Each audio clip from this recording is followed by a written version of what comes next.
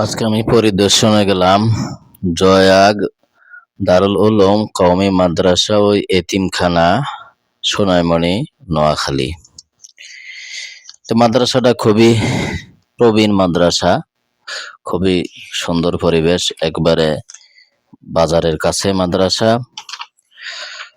আলহামদুলিল্লাহ ভালো অবস্থান আছে, যেখানে মাদ্রাসা নিজস্ব ভূমিতে নির্মিত দ্বিতলা ভবন, আবাসিক ছাত্র প্রায় 100 জন, অনাবাসিক ছাত্র প্রায় 200 জন, শিক্ষক আছে 12 জন, বাবুর্চি আছে 1 জন।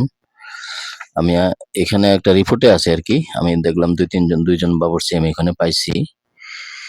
তে মোটামুটি মাদ্রাসাটা ভালোই, ভবন টবনও আছে, পড়ালেখাও মোটামুটি ভালো আছে, হেদায়েতুন নামা পর্যন্ত আছে। আমি ওস্তাদের সাথে কথা বললাম, খুব ভালোই লাগলো। এটা এই মাদ্রাসার ভবনের নিচতলা, এই উপরে দেখা যাচ্ছে দোতলা। খুবই সুন্দর পরিবেশ, ভালোই আছে, বাজারের কাছে।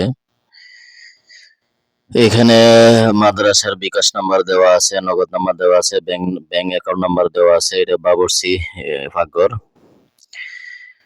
মাদ্রাসা যেহেতু এতিমখানা আছে, সুবিধা দেওয়া হয় একবারে। এটা হলো হেফজখানা পড়তেছে, ওর আওয়াজ শোনা যাইতেছে।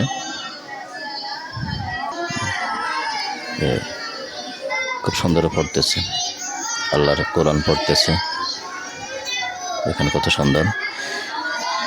সবাই সহযোগিতা করবেন। বিকাশ নাম্বার দিয়ে দিলাম ওনাদের, নগদ নাম্বার দিয়ে দিলাম ওনাদের, ব্যাংক অ্যাকাউন্ট নাম্বার দিয়ে দিলাম মাদ্রাসার। জয়াক দারুল উলুম শিশু সদন, চলতি হিসাব নং এত, অগ্রণী ব্যাংক জয়াক।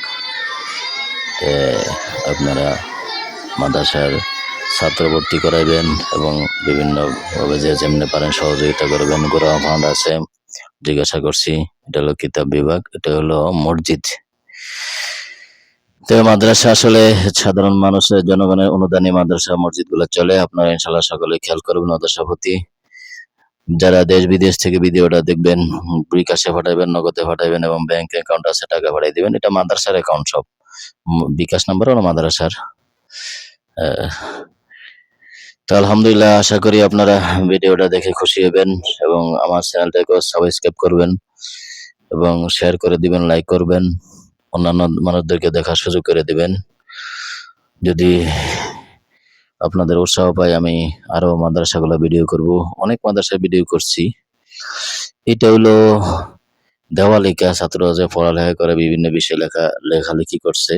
তো এটা আসলে ভিডিওতে তো দেখা যাবে না, আমি শুধু দৃশ্যটা ধারণ করলাম যে বাচ্চারা যে পড়ালেখা করতেছে তার একটা নমুনা এখানে দেওয়ালিকা আছে। বিভিন্ন ভাষাতে তারা বিভিন্ন বিষয়ের উপর দেওয়ালিকা লিখেছে।